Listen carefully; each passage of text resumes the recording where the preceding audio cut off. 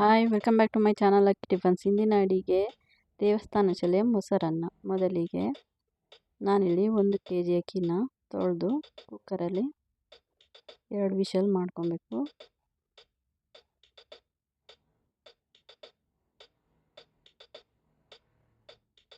ನೋಡಿ ಆಗಿದೆ. ಅದನ್ನು ಆರಲು ಸ್ವಲ್ಪ ಹೊತ್ತು ಬೇರೆ ಪಾತ್ರೆಗೆ ಹಾಕೊಳ್ಳಿ. ನೋಡಿ ಆಗಿದೆ. ನಂತರ ಒಂದು ಪ್ಯಾನಲ್ಲಿ ಒಂದು 5-6 ಸ್ಪೂನ್ ಆಯಿಲ್ ಹಾಕೊಳ್ಳಿ. ನೀವಿಲ್ಲಿ 1 ಬಟ್ಲು ತುಪ್ಪ ಕೂಡ ಹಾಕೋಬೋದು, ಬೇಡ ಅಂದರೆ ಆಯಿಲ್ ಹಾಕೊಳ್ಳಿ. ನಂತರ 2 ಸ್ಪೂನ್ ಸಾಸಿವೆ, 2 ಸ್ಪೂನ್ ಜೀರಿಗೆ, 1 ಸ್ಪೂನ್ ಓಂಕಾಳು ಹಾಗೂ ಒಂದು ಅರ್ಧ ಬಟ್ಲು ಉದ್ದಿನಬೇಳೆ, 1/4 ಬಟ್ಲು ಕಡಲೆಬೇಳೆ, ಹಾಗೆ 1-2 ಸ್ಪೂನು ಮೆಣಸು ಹಾಗೂ 4-5 ಮೆಣಸಿನ್ಕಾಯಿ ಕಟ್ ಮಾಡಿ ಹಾಕೊಳ್ಳಿ. ಚೆನ್ನಾಗಿ ಅದನ್ನು ಫ್ರೈ ಮಾಡಿ. ಕಾಳು ಫ್ರೈ ಆಗಬೇಕು. ನಂತರ ಕರಿಬೇವು ಸೊಪ್ಪು ಹಾಕ್ಕೊಳ್ಳಿ. ನಾನಿಲ್ಲಿ 1 ಬಟ್ಲು ಕರಿಬೇವು ಸೊಪ್ಪು ಹಾಕ್ಕೊಂಡಿದ್ದೀನಿ.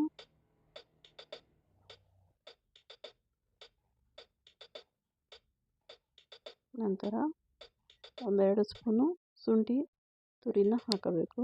ತುರಿದ್ಬಿಟ್ಟು ಹಾಕೊಳ್ಳಿ. 1 ಇಂಚು ಶುಂಠಿ ಆದರೆ ಸಾಕು. ನಂತರ ಗೋಡಂಬಿ ಮತ್ತು ದ್ರಾಕ್ಷಿ ಕೂಡ ಹಾಕೊಳ್ಳಿ. ಇದು ಆಪ್ಷನಲ್ಲು, ಬೇಕಾದರೆ ಹಾಕೊಳ್ಳಿ, ಇಲ್ಲಾಂದರೆ ಬೇಡ.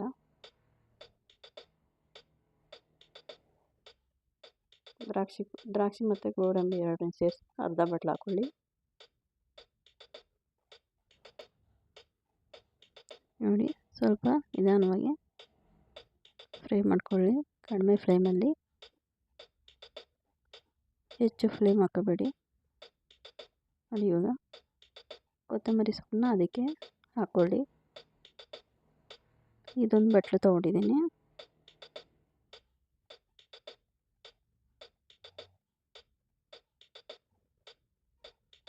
ಇಲ್ಲಿ ನಾನು 1 ಬಟ್ಲು ತೆಂಗಿನಕಾಯಿ ತುರಿನ ತೊಗೊಂಡಿದ್ದೀನಿ.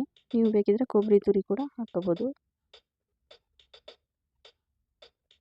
ಇದನ್ನು ಲಾಸ್ಟಲ್ಲಿ ಹಾಕೊಳ್ಳಿ.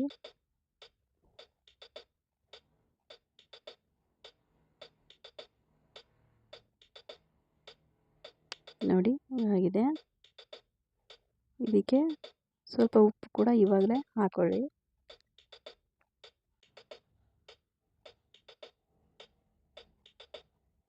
ಹೆಚ್ಚು ಮಸಾಲ ಏನು ಬೇಡ.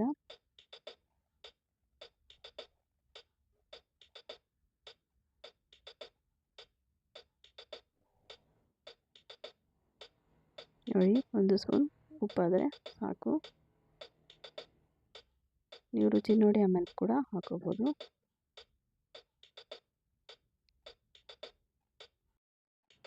ನೋಡಿ ಇದಾಗಿದೆ.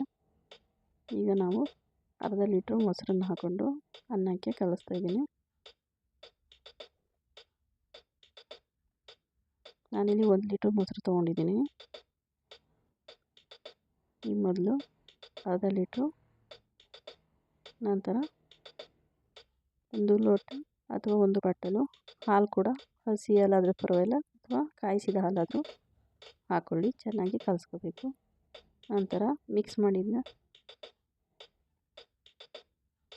ನಾವು ಮಾಡಿಕೊಂಡಿಟ್ಟ ಮಸಾಲೆನ ಚೆನ್ನಾಗಿ ಹಾಕಿ ಮಿಕ್ಸ್ ಮಾಡ್ಕೊಳ್ಳಿ.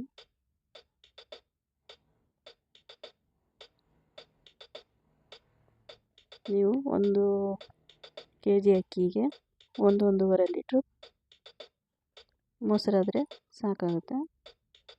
ನೋಡಿ ಸ್ವಲ್ಪ ರುಚಿಗೆ 1-2 ಸ್ಪೂನು ಸಕ್ಕರೆ ಕೂಡ ಹಾಕ್ಕೊಳ್ಳಿ.